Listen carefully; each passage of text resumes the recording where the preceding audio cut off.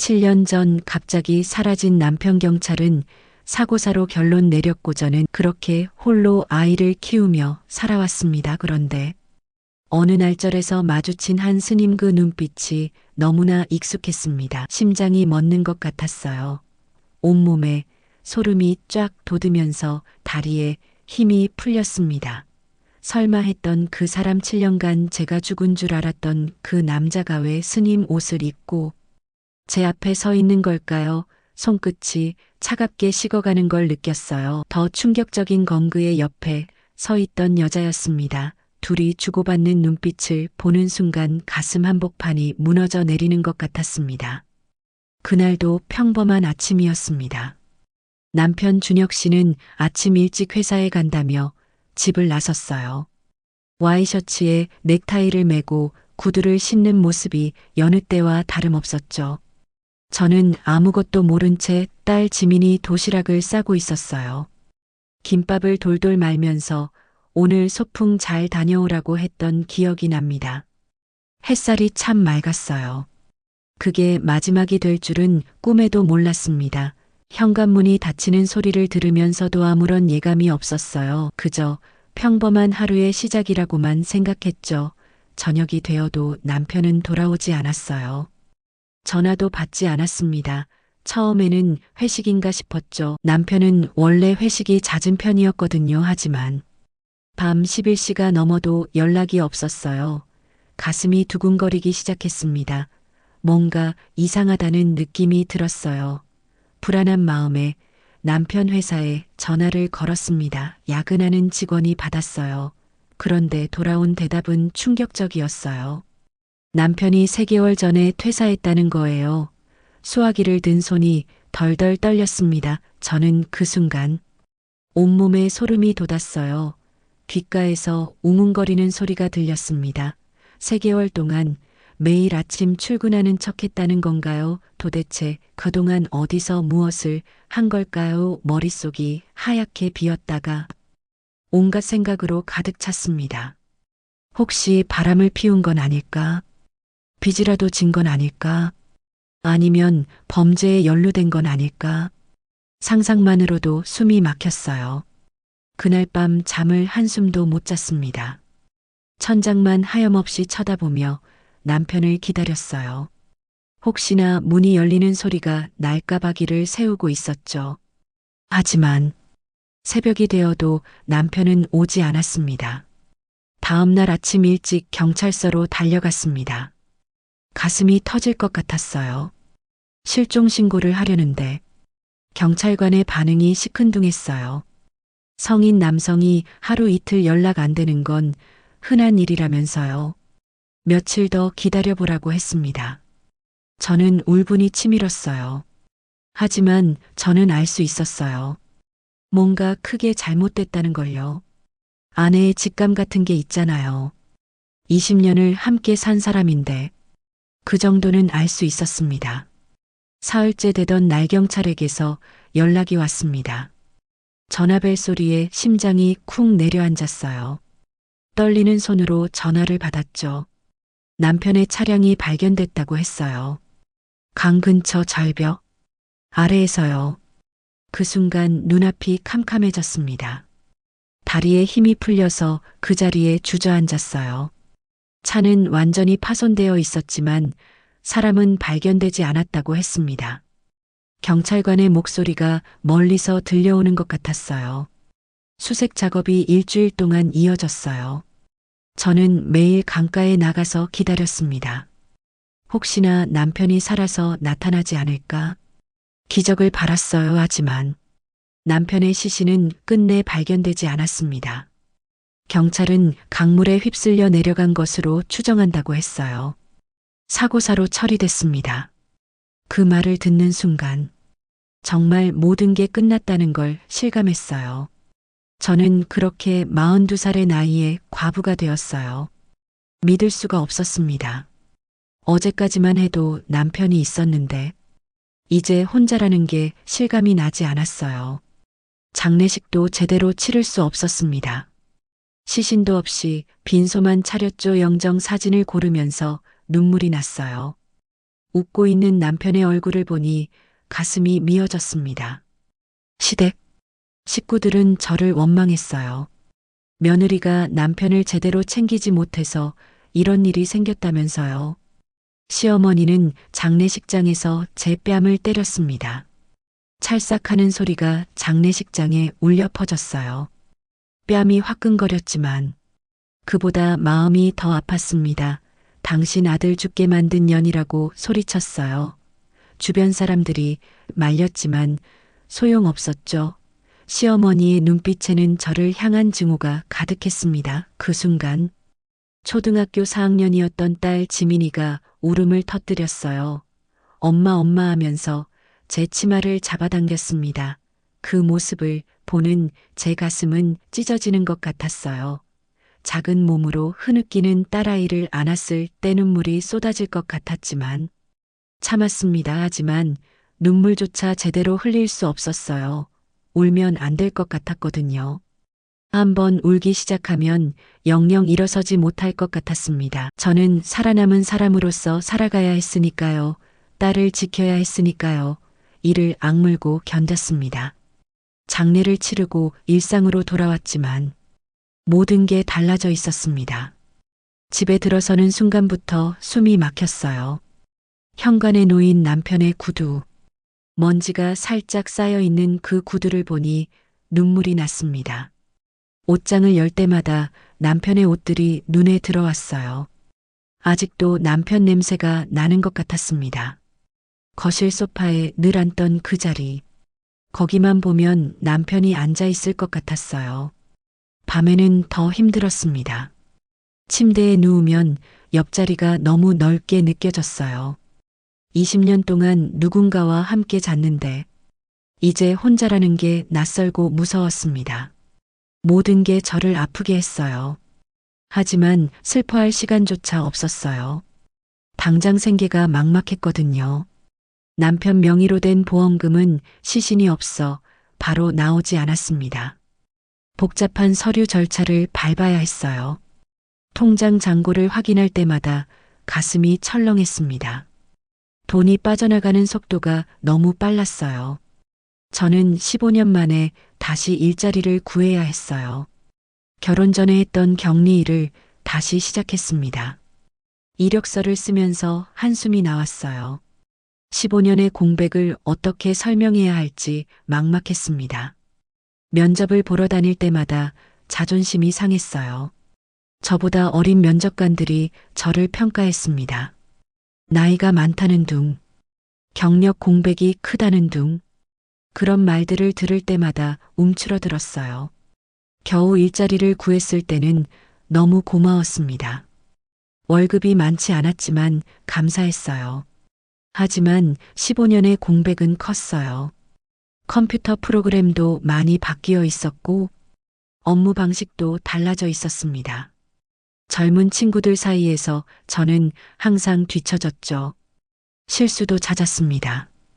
엑셀 함수를 잘못 넣어서 보고서를 다시 작성한 적도 있었어요. 상사에게 혼나는 날이면 화장실에 숨어 울었습니다. 거울을 보면 초라한 제 모습이 보였어요. 눈가에 주름이 깊어지고 있었고 머리카락에는 흰머리가 섞여 있었습니다. 하지만 지민이를 생각하면 포기할 수 없었어요. 집에 돌아가면 딸아이가 기다리고 있었으니까요. 딸아이는 아빠의 빈자리를 힘들어했어요. 밤마다 악몽을 꾸고 소리를 지르며 깼습니다. 엄마 아빠가 물에 빠져 하면서 울부짖었어요. 그럴 때마다 딸을 안아주며 괜찮다고 토닥여줬습니다. 하지만 제 마음도 무너지고 있었어요. 학교에서도 적응을 못하고 있었죠. 담임 선생님께서 연락이 자주 왔어요. 지민이가 수업 중에 멍하니 있다고, 친구들과도 어울리지 못한다고요. 쉬는 시간에도 혼자 있고 급식도 제대로 안 먹는데요.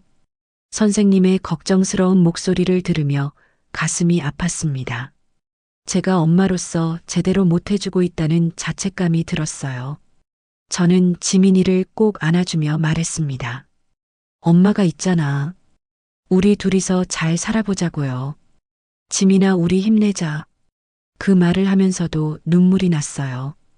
정말 잘할 수 있을까 하는 두려움이 있었거든요. 그렇게 1년이 지나갔습니다. 조금씩 일상에 적응해 갔어요. 아침 6시에 일어나 지민이 아침을 챙기고 7시에 학교 보내고 8시에 회사 출근해서 저녁 6시까지 일하고 퇴근해서 장 보고 저녁 만들고 지민이 숙제 봐주고 밤 12시가 되어서야 잠자리에 들었습니다. 주말에는 밀린 빨래와 청소를 했어요. 쉴 틈이 없었지만 그게 오히려 다행이었습니다. 쉬면 온갖 생각이 들어서 힘들었거든요. 그렇게 하루하루를 버텼습니다. 2년째 되던 해에는 좀 여유가 생겼어요. 보험금도 나왔고 회사 일에도 익숙해졌습니다. 승진도 했어요. 월급이 조금 올랐죠. 통장 잔고가 늘어나는 걸 보면서 안도감이 들었습니다. 이제 좀 숨통이 트이는 것 같았어요. 지민이도 조금씩 안정을 찾아가는 것 같았어요. 친구도 생기고 성적도 올랐죠. 학예회에서 춤을 추기도 했습니다. 객석에서 딸의 모습을 보며 눈물이 났어요. 기쁨의 눈물이었습니다. 우리 딸이 이렇게 씩씩하게 자라고 있구나. 저는 이제 괜찮을 거라고 생각했습니다. 남편 없이도 우리 둘이서 잘 살 수 있을 거라고요. 하지만 가끔 밤에 혼자 누워 있으면 문득 남편 생각이 났어요. 왜 그랬을까? 왜 회사를 그만뒀을까? 무슨 일이 있었던 걸까? 왜 저에게 아무 말도 하지 않았을까? 도대체 그날 무슨 생각으로 절벽에서 떨어진 걸까? 그 의문들은 7년이 지난 지금까지도 해결되지 않은 채로 남아 있었습니다. 가슴 한구석에 응어리처럼 박혀 있었어요. 어느덧 7년이라는 시간이 흘렀습니다. 세월이 참 빠르다는 걸 실감했어요. 지민이는 고등학교 2학년이 되었어요. 키도 훌쩍 크고 어엿한 숙녀가 되어 있었습니다. 저는 이제 50대 중반의 중년 여성이 되었고요. 거울을 보면 나이가 확 들었다는 게 느껴졌어요. 남편 준혁 씨에 대한 기억도 많이 희미해졌습니다. 가끔 생각나긴 해도 예전처럼 가슴이 아프지는 않았어요. 그저 그런 사람이 있었지 하는 정도였죠. 상처가 아물었다기보다는 무뎌진 것 같았습니다. 그날도 평범한 주말이었습니다. 가을이었어요. 단풍이 물들기 시작하는 10월이었죠. 지민이가 친구들과 놀러 간다고 해서 저는 오랜만에 혼자만의 시간을 가지기로 했어요. 요즘 일이 너무 바빠서 제 자신을 돌볼 겨를이 없었거든요. 문득 절에 가보고 싶다는 생각이 들었습니다. 특별히 불교 신자는 아니었지만 마음이 복잡할 때 절에 가면 위로가 되곤 했거든요. 고요한 분위기 속에서 생각을 정리할 수 있었어요. 집 근처에 있는 작은 사찰로 향했습니다. 차로 20분 정도 거리에 있는 절이었어요. 산 중턱에 자리 잡고 있어서 공기도 맑았습니다. 단풍이 물든 가을이었어요. 절 마당에는 고즈넉한 분위기가 흘렀죠. 낙엽이 바람에 살랑살랑 흔들리고 있었습니다. 저는 대웅전에 들어가 절을 올렸습니다. 무릎을 꿇고 합장을 하니 마음이 차분해졌어요. 특별히 빌 것은 없었지만 그냥 감사하다는 마음이 들었습니다. 여기까지 무사히 살아온 것에 대해서요. 그리고 경례를 천천히 거닐었어요. 단풍나무 아래를 걸으며 깊은 숨을 들이마셨습니다. 그때였습니다. 저 멀리서 한 스님이 걸어오는 게 보였어요. 회색 승복을 입고 있었습니다. 옆에는 40대로 보이는 여자가 함께 있었어요. 두 사람은 나란히 걸으며 뭔가 이야기를 나누고 있었죠. 처음에는 그냥 지나칠 뻔했어요. 그런데 점점 가까워지면서 그 스님의 걸음걸이가 눈에 들어왔습니다. 어디선가 본 것 같은 걸음걸이였어요. 가슴이 두근거리기 시작했습니다. 그리고 그 스님과 눈이 마주치는 순간 온몸에 전율이 흘렀습니다. 머리끝부터 발끝까지 소름이 쫙 돋았어요. 그 눈. 저는 그 눈을 알고 있었어요. 20년을 함께 산 사람의 눈빛을 어떻게 잊을 수 있겠습니까?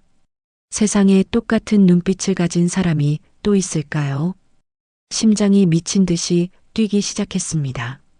아니, 설마 그럴 리가 없어. 저는 고개를 저으며 부정했습니다. 착각이야. 그냥 비슷하게 생긴 사람일 뿐이야. 하지만 그 스님은 저를 보더니 명백히 당황하는 기색을 보였어요. 걸음이 딱 멈춰졌고 얼굴이 하얗게 질렸습니다. 손이 미세하게 떨리는 게 보였어요. 그 반응을 보는 순간 확신했습니다. 저는 다리에 힘이 풀려 그 자리에 주저앉을 뻔했어요.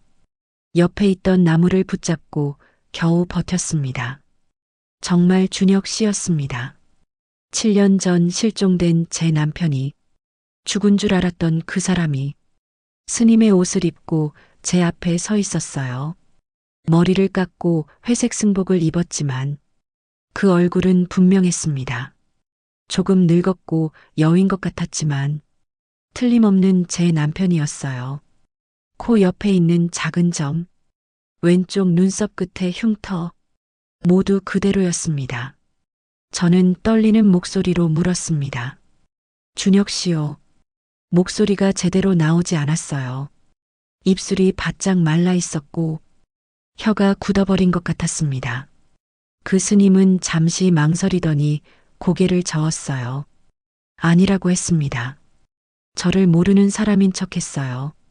하지만 그의 눈빛은 거짓말을 하고 있었어요.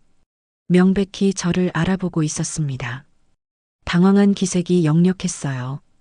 옆에 있던 여자가 의아한 표정으로 물었어요. 스님 아는 분이세요? 목소리가 부드러웠습니다. 그러자 그 스님은 더욱 단호하게 아니라고 대답했습니다. 처음 뵙는 분이라고요. 착각하신 것 같다고 했습니다. 저는 믿을 수가 없었어요. 이게 대체 무슨 상황인지 이해할 수가 없었습니다. 머릿속이 하얗게 변했다가 온갖 생각으로 가득 찼어요. 죽은 줄 알았던 사람이 살아있다. 그것도 스님이 되어서 왜 스님이 됐을까? 왜 저를 모른 척할까? 옆에 있는 저 여자는 누구일까? 숨이 막혔습니다. 저는 그 자리에서 쓰러질 뻔했습니다. 현기증이 났어요. 주변이 빙글빙글 돌아가는 것 같았습니다. 다행히 근처에 있던 벤치에 겨우 앉을 수 있었어요. 손으로 벤치를 짚었는데 손바닥에 땀이 축축하게 배어 있었습니다. 머릿속이 하얗게 비었다가 온갖 생각들로 가득 찼습니다. 죽은 줄 알았던 남편이 살아있다니, 그것도 스님이 되어서 지난 7년은 도대체 뭐였을까? 제가 겪은 고통은 뭐였을까? 딸아이가 겪은 상처는요? 시댁에서 받은 모욕은요? 모든 게 허무하게 느껴졌습니다. 저는 한참을 그 자리에 앉아 있었습니다. 시간이 얼마나 흘렀는지 모르겠어요. 정신을 차려보니 해가 많이 기울어 있었습니다. 그제야 정신을 차리고 절 사무실로 갔어요. 그 스님에 대해 물어봐야겠다고 생각했죠. 손이 떨려서 문고리를 잡기가 힘들었습니다. 사무실에 계신 보살님께 여쭤봤습니다. 방금 마당에서 본 스님이 누구냐고요. 최대한 태연한 척 물어봤지만 목소리가 떨리고 있었어요. 보살님은 친절하게 대답해 주셨어요. 혜진 스님이라고 하셨습니다. 3년 전에 이 절에 오셨대요. 어디서 오셨는지는 잘 모르겠지만 참 열심히 수행하시는 분이라고 했습니다. 새벽 예불도 빠지지 않으시고 염불도 열심히 하신대요. 그리고 옆에 있던 여자는 그 스님을 자주 찾아오는 보살님이라고 했어요. 김미선 보살이라고 하더군요. 남편 여의고 혼자 사신대요. 절에서 봉사도 많이 하신다고 했습니다. 보살님의 말을 들으면서 가슴이 철렁 내려앉았어요. 남편을 여의고 혼자 산다. 그 말이 제 귀에 콕콕 박혔습니다. 저는 더 물어보고 싶었지만 참았습니다. 너무 이상하게 보일까 봐요. 감사하다고 인사하고 나왔습니다. 집으로 돌아오는 길에 눈물이 났어요. 운전을 하면서 울었습니다. 앞이 잘 보이지 않아서 차를 길가에 세웠어요. 핸들에 이마를 대고 한참을 울었습니다. 집으로 돌아와서도 정신이 없었어요. 멍하니 소파에 앉아 천장만 바라봤습니다. 지민이가 돌아왔을 때도 그 상태였어요. 엄마 괜찮아? 왜 그래? 어디 아파? 딸아이가 걱정스럽게 제 이마에 손을 대며 물었습니다. 저는 아무렇지 않은 척 웃으며 대답했어요. 아니야, 괜찮아. 엄마 그냥 좀 피곤해서. 하지만 거울을 보니 제 얼굴이 창백했어요. 입술에는 피가 안 도는 것 같았습니다. 그날 밤 잠을 이룰 수 없었습니다. 눈을 감으면 그 스님의 얼굴이 떠올랐어요. 아니, 준혁 씨의 얼굴이. 준혁 씨가 살아있다. 이 사실을 어떻게 받아들여야 할까요? 기쁜 건가요? 아니면 화가 나는 건가요? 감정이 복잡했습니다. 왜 죽은 척 했을까? 왜 스님이 되었을까?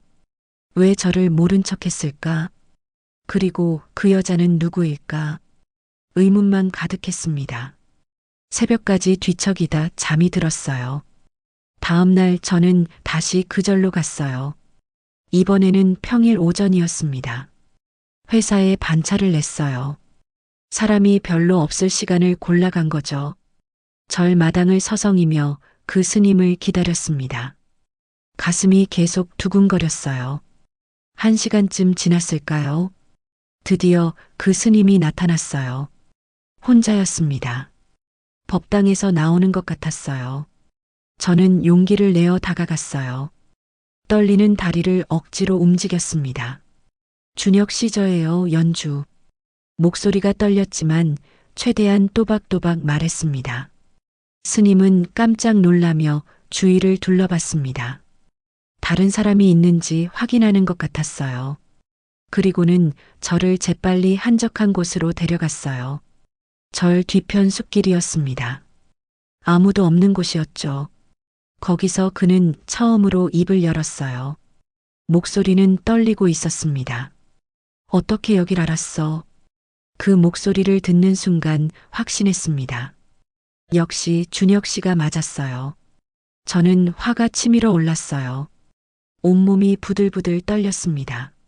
어떻게 알았냐고요? 여기가 우리 집 근처인데요. 그보다 당신이 살아있었다는 게 믿기지 않아요. 7년 동안 죽은 줄 알았어요. 저와 지민이가 얼마나 힘들었는지 알아요. 목소리가 점점 커졌습니다. 울음이 섞여 나왔어요. 눈물이 주르륵 흘러내렸지만 닿지 않았습니다. 그는 고개를 숙였습니다. 미안해, 정말 미안해. 그 말밖에 하지 못했어요. 손을 비비꼬면서 괴로워하는 것 같았습니다. 저는 울음이 터져 나왔습니다.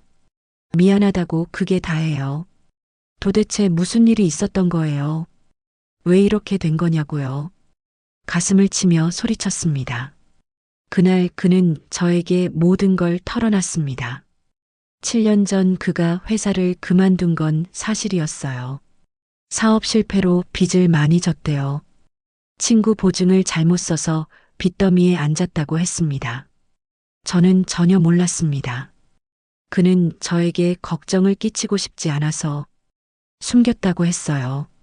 하지만 빚이 눈덩이처럼 불어났고 채권자들의 독촉이 심해졌대요.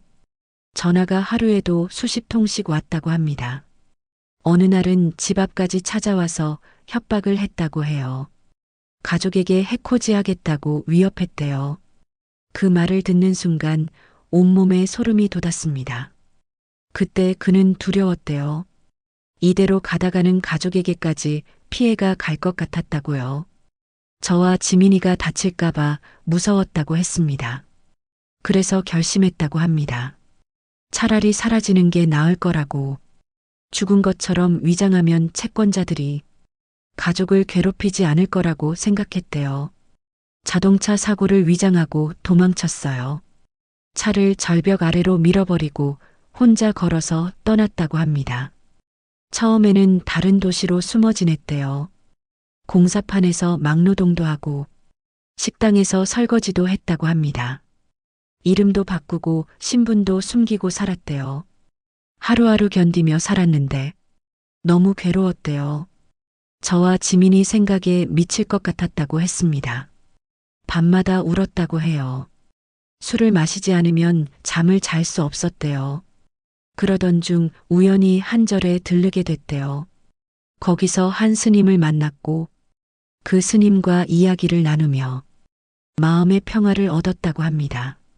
스님이 말씀하시길 속세의 인연을 끊고 새로 시작하라고 했대요. 그렇게 출가를 결심했다고 해요. 머리를 깎고 승복을 입으면 과거를 지울 수 있을 것 같았대요. 저는 그의 이야기를 들으면서 분노가 치솟았습니다.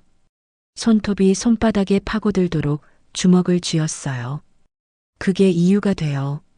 빚 때문에 가족을 버린다는 게 말이 돼요. 함께 해결할 수 있었잖아요.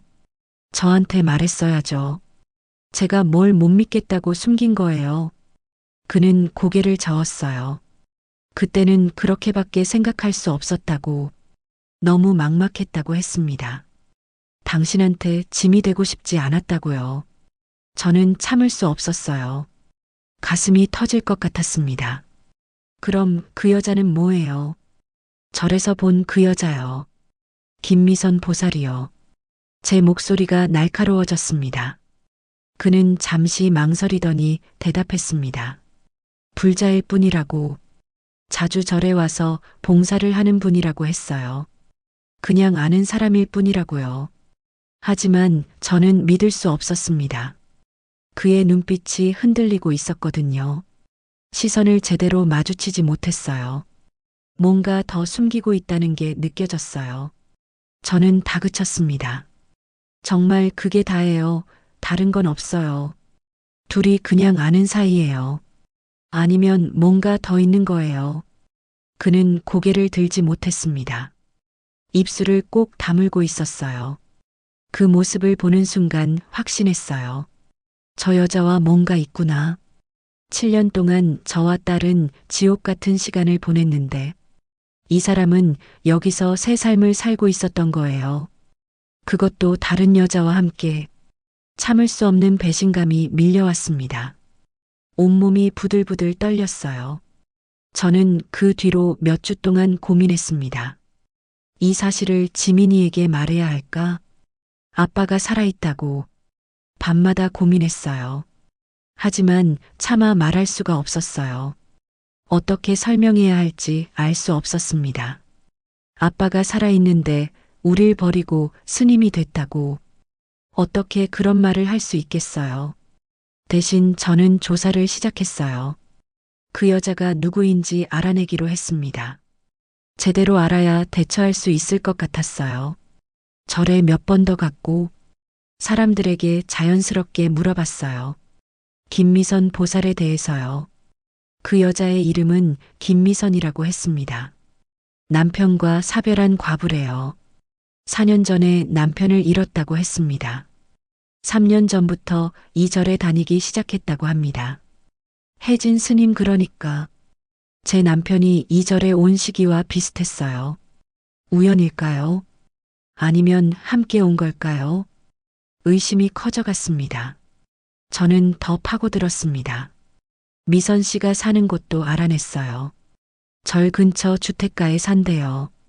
그리고 어느 날 그녀를 미행했습니다. 퇴근 후에 절로 가서 기다렸어요. 미선 씨가 나타났고 저는 조심스럽게 뒤를 따라갔습니다. 가슴이 쿵쾅거렸어요. 미선 씨는 절에 들렀다가 어디론가 향했어요. 저는 적당한 거리를 두고 따라갔습니다. 들키지 않으려고 조심했어요. 그녀가 도착한 곳은 한적한 주택가였어요. 작은 단독주택 앞에서 멈춰 섰습니다. 열쇠로 문을 열고 들어가더군요. 그녀의 집인가 봐요. 저는 차 안에서 지켜봤습니다. 그리고 30분쯤 지났을 때 놀라운 광경을 목격했어요. 제 남편 준혁 씨가 그 집에서 나온 겁니다. 물론 스님 옷을 입고 있었지만 분명했어요. 심장이 쿵 하고 내려앉았습니다. 손이 떨려서 핸들을 꽉 쥐었어요. 그는 미선 씨와 자연스럽게 대화를 나눴습니다. 현관 앞에서 서서 이야기하는 모습이 영락없는 연인 같았어요. 아니, 어쩌면 부부 같았습니다. 미선 씨가 준혁 씨의 팔을 툭툭 치며 웃었어요. 준혁 씨도 편안하게 웃고 있었습니다. 그 웃는 얼굴을 보는 순간 제 심장이 쿵쾅거렸어요. 분노와 배신감으로 온몸이 떨렸습니다.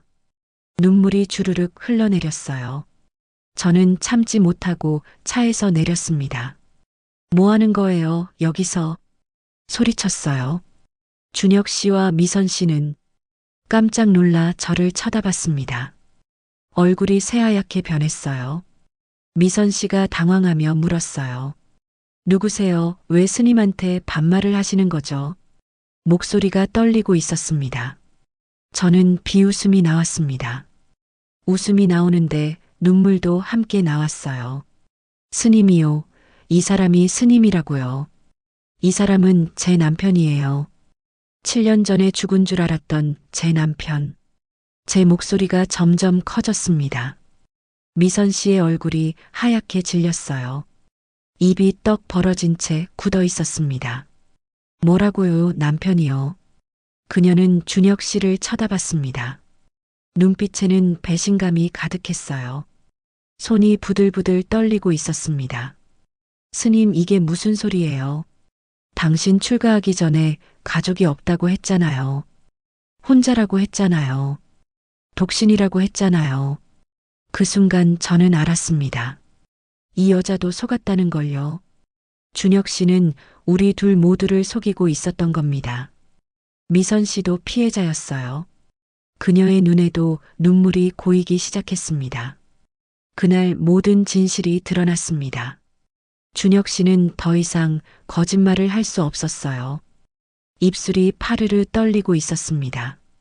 미선 씨 앞에서 고백했습니다. 자신에게 아내와 딸이 있다고. 7년 전 사고를 위장하고 도망쳤다고요. 목소리가 떨려서 제대로 나오지 않았어요. 미선 씨는 믿을 수 없다는 표정으로 물었어요. 그럼 저는 뭐예요? 3년 동안 저한테 한 말은 다 거짓말이었어요. 혼자라고 했잖아요. 가족 없다고 했잖아요. 저를 의지하라고 했잖아요. 그녀의 목소리가 점점 높아졌습니다. 울음이 섞여 나왔어요. 저도 남편 잃고 혼자 살기 힘들었어요. 외롭고 무서웠어요. 절에서 스님 만나고 위로받았고 스님이 있어서 다시 살아갈 힘을 얻었는데 그게 다 거짓이었다니. 미선 씨가 주저앉으며 울기 시작했습니다. 어깨가 들썩거렸어요. 저는 미선 씨를 보며 복잡한 감정이 들었어요. 한편으로는 같은 피해자라는 생각이 들었고 한편으로는 제 남편을 빼앗아간 여자라는 생각도 들었습니다. 하지만 지금 제일 화가 나는 건 준혁 씨였어요. 두 여자를 다 속인 그 사람이요. 저는 차분하게 물었습니다. 떨리는 목소리를 억지로 가라앉히며 말했어요. 지민이는 어떻게 할 거예요? 당신 딸이에요. 7년 동안 아빠가 죽은 줄 알고 살아온 그 아이한테 뭐라고 할 거예요? 밤마다 아빠 꿈꾸면서 울던 그 아이한테요. 학교에서 아빠 없다고 놀림받던 그 아이한테요. 준혁 씨는 떨리는 목소리로 대답했어요. 지민이를 볼 자격이 없어. 그냥 이대로 죽은 사람으로 남고 싶어. 그 말을 듣는 순간 저는 화가 머리끝까지 치솟았습니다. 온몸이 부들부들 떨렸어요. 자격이 없다고 그럼 끝이에요. 책임은요, 아빠로서의 책임은 어떻게 할 건데요? 당신 편할 대로만 하는 거예요. 당신이 죽은 척하고 도망간 7년 동안 저와 지민이가 얼마나 힘들었는지 알기나 해요. 제 목소리가 떨렸습니다. 눈물이 주르륵 흘러내렸어요. 그는 아무 말도 못했어요. 고개만 숙이고 있었습니다. 미선 씨가 조용히 말했습니다. 눈물을 닦으며 일어서더니 저는 이만 들어가겠어요. 스님 아니 이분과는 이제 다시는 안 볼 거예요.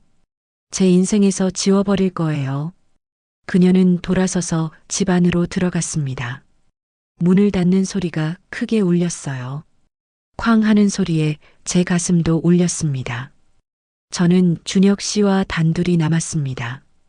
그와 마주보며 생각했어요. 이 사람이 한때는 제가 사랑했던 남편이었는데 20년을 함께 살았던 사람인데 지금은 낯선 사람처럼 느껴졌습니다. 아니, 낯선 사람보다 못한 사람 같았어요. 저는 천천히 입을 열었어요. 목소리는 차갑게 가라앉아 있었습니다. 좋아요. 당신이 원한다면 죽은 사람으로 남아요. 대신 조건이 있어요. 준혁 씨가 고개를 들어 저를 봤습니다. 눈빛에는 두려움이 가득했어요. 저는 준혁 씨에게 제안했습니다. 목소리는 단호했어요. 떨림 하나 없이 말했습니다. 지민이 대학 졸업할 때까지 학비를 대라고, 생활비도 매달 보내라고 했어요. 그리고 지민이가 결혼할 때 축의금도 내라고 했습니다. 당신은 계속 스님으로 살든 뭘 하든 상관없어요. 하지만 아빠로서 최소한의 책임은 져야 해요. 도망가서 편하게 살 거면 최소한 돈이라도 보내야죠. 준혁 씨는 고개를 끄덕였습니다. 알겠어. 어떻게든 하겠어. 떨리는 목소리로 대답했어요. 그런데 스님인데 돈을 어떻게 구하냐고 물었더니 속세의 재산이 좀 있다고 했습니다. 사라지기 전에 몰래 빼돌려둔 돈이 있었대요. 은행 계좌도 다른 이름으로 만들어뒀다고요. 저는 한심하다는 생각이 들었지만 참았어요. 허탈한 웃음이 나왔습니다. 치밀하게 준비했네요. 도망갈 준비를 그렇게 철저히 했으면서 가족한테는 한마디 말도 없었네요. 지금 중요한 건 지민이의 미래니까요. 제 감정은 접어두기로 했습니다. 그리고 하나 더 조건을 달았습니다. 지민이 앞에는 절대 나타나지 말라고. 아이가 알면 충격받을 거라고 했어요. 차라리 아빠는 7년 전에 죽은 거로 남는 게 나아요. 그게 지민이한테 더 좋을 것 같아요. 준혁 씨는 알겠다고 했습니다. 고개를 끄덕이며 눈물을 흘렸어요. 하지만 저는 그 눈물에 동정심이 들지 않았습니다. 그렇게 우리는 기묘한 약속을 맺었어요. 다음 달부터 매달 생활비가 들어오기 시작했습니다. 익명 계좌로요. 처음 입금 알림을 받았을 때 가슴이 복잡했습니다. 저는 지민이에게 보험금이 추가로 나온 거라고 했어요. 지민이는 의심 없이 받아들였습니다. 엄마 다행이다. 이제 좀 살만하겠네. 딸아이의 밝은 표정을 보며 마음이 아팠어요. 그 돈으로 지민이는 좋은 학원에 다닐 수 있었어요. 대학 입시 준비도 제대로 할 수 있었죠. 결국 좋은 대학에 진학했습니다. 합격 통지서를 받았을 때 지민이가 저를 껴안으며 울었어요. 엄마 고마워. 엄마 덕분이야. 저는 눈물을 참으며 웃었습니다. 아니야, 내가 잘한 거지. 하지만 마음 한구석에서는 생각했어요. 준혁 씨가 보낸 돈 덕분이기도 하다고. 복잡한 감정이었습니다. 전공 공부도 열심히 하고 있었어요. 방학 때마다 집에 와서 이야기해 주는 걸 들으면 뿌듯했습니다. 가끔 지민이가 물어요. 엄마 아빠가 살아계셨으면 좋겠다고. 이런 기쁜 일을 함께 나눴으면 좋겠다고요. 저는 그럴 때마다 마음이 아파요. 목이 메어서 대답하기 힘들었습니다. 그래도 억지로 웃으며 말했어요. 아빠도 하늘에서 기뻐하실 거야. 하지만 진실을 말할 수는 없었습니다. 지민이가 행복하게 자라는 게 더 중요하니까요. 어느 날 지민이가 말했어요. 대학교 4학년이 된 봄이었습니다. 엄마 나 결혼하고 싶은 사람 생겼어. 대학 선배인데 정말 좋은 사람이야. 엄마한테 소개시켜 줄게. 얼굴이 환하게 빛나고 있었어요. 저는 기뻐하면서도 한편으로 준혁 씨 생각이 났습니다. 딸의 결혼식에 아빠가 없다는 게 가슴이 아팠어요. 그래도 어쩔 수 없었어요. 결혼 준비를 하는 동안 저는 준혁 씨에게 연락했습니다. 약속대로 축의금을 내라고요. 문자 메시지를 보냈습니다. 그는 다음날 바로 입금했어요. 흔쾌히 보내왔습니다. 적지 않은 금액이었어요. 1,000만 원이 넘었습니다. 결혼식 날이 왔습니다. 지민이는 아름다운 신부가 되어 있었어요. 하얀 웨딩드레스를 입은 모습이 너무 예뻤습니다. 화장실에서 딸과 단둘이 있을 때 지민이가 물었어요. 엄마나 예뻐. 눈물을 글썽이며 물었습니다. 저는 눈물을 참으며 대답했어요. 세상에서 제일 예쁜 신부야. 엄마 아빠 없이도 이렇게 훌륭하게 자라줘서 고마워. 식장에서 딸의 손을 잡고 버질로드를 걷는데 눈물이 났습니다. 참으려고 했는데 자꾸 흘러나왔어요. 이 순간을 준혁 씨도 볼 수 있다면 좋을 텐데. 하지만 그럴 수는 없었죠. 그는 스스로 그 자격을 포기했으니까요. 딸을 사위에게 인도하면서 마음속으로 준혁 씨에게 말했어요. 봐요, 당신 없이도 이렇게 잘 키웠어요. 우리 딸 이렇게 행복하게 결혼해요. 피로연이 끝나고 집으로 돌아왔을 때 현관 앞에 작은 봉투가 놓여 있었어요. 누가 놓고 간 것 같았습니다. 열어보니 편지였습니다. 준혁 씨의 글씨였어요. 손글씨를 보는 순간 가슴이 뭉클했습니다. 지민이 결혼 축하한다고, 예쁜 신부였다고 멀리서 봤다고 했습니다. 몰래 식장에 왔었나 봐요. 그리고 연주 당신에게 감사하다고, 혼자서 지민이를 훌륭하게 키워줘서 고맙다고 했어요. 미안하다는 말도 있었습니다. 편지를 읽으며 눈물이 났습니다. 하지만 슬픔 때문은 아니었어요. 제가 해냈다는 자부심 때문이었죠. 뿌듯함과 후련함이 밀려왔습니다. 7년 전 그날 이후 저는 무너지지 않고 살아남았습니다. 혼자서 딸을 훌륭하게 키웠고 이제 딸은 행복하게 결혼도 했어요. 직장에서도 인정받고 있고 경제적으로도 안정됐습니다. 준혁 씨는 저에게 씻을 수 없는 상처를 줬지만 그 상처를 딛고 더 강해졌습니다. 예전에 저보다 훨씬 강한 사람이 됐어요. 진짜 복수는 복수 그 자체가 아니에요. 상처를 준 사람 없이도 행복하게 사는 거죠. 그게 제가 준혁 씨에게 한 진짜 복수였습니다. 당신 없이도 이렇게 잘 살 수 있다는 걸 보여주는 것. 지금 저는 혼자지만 외롭지 않아요. 딸도 있고 사위도 생겼고 곧 손주도 볼 거예요. 친한 친구들도 있고 회사 동료들도 있습니다. 제 인생은 계속됩니다. 그리고 그 인생에 준혁 씨는 필요 없어요. 그저 7년 전에 죽은 사람으로 기억 속에만 남아있으면 돼요. 가끔 생각나겠지만 더 이상 아프지 않습니다. 오히려 제가 얼마나 강한 사람인지 깨달았으니까요. 저는 이제 진짜 자유로워졌습니다. 과거에 매이지 않고 앞으로 나아갈 수 있게 됐어요. 그게 제 진짜 승리였습니다. 여러분, 때로는 인생이 우리를 배신할 때가 있습니다. 사랑했던 사람이 떠나고, 믿었던 사람이 거짓말을 하고, 의지했던 사람이 등을 돌리죠. 하지만 그 순간이 끝이 아닙니다. 진짜 중요한 건 그 후에 우리가 어떻게 일어서느냐 하는 겁니다. 오늘 이야기의 주인공처럼 상처를 딛고 더 강해질 수 있습니다. 혼자서도 충분히 행복할 수 있어요. 누군가의 배신이 여러분의 가치를 결정하지 않습니다. 여러분은 그 자체로 충분히 소중하니까요. 진짜 복수는 그 사람 없이도 더 나은 삶을 사는 겁니다. 웃으며 살아가는 겁니다. 행복해지는 겁니다. 여러분도 할 수 있습니다. 지금 힘든 시간을 보내고 계신다면 이 이야기가 작은 위로가 되길 바랍니다. 여러분은 생각보다 훨씬 강한 사람입니다. 오늘도 이 영상을 봐주셔서 감사합니다. 구독과 좋아요는 큰 힘이 됩니다. 여러분의 인생도 응원합니다.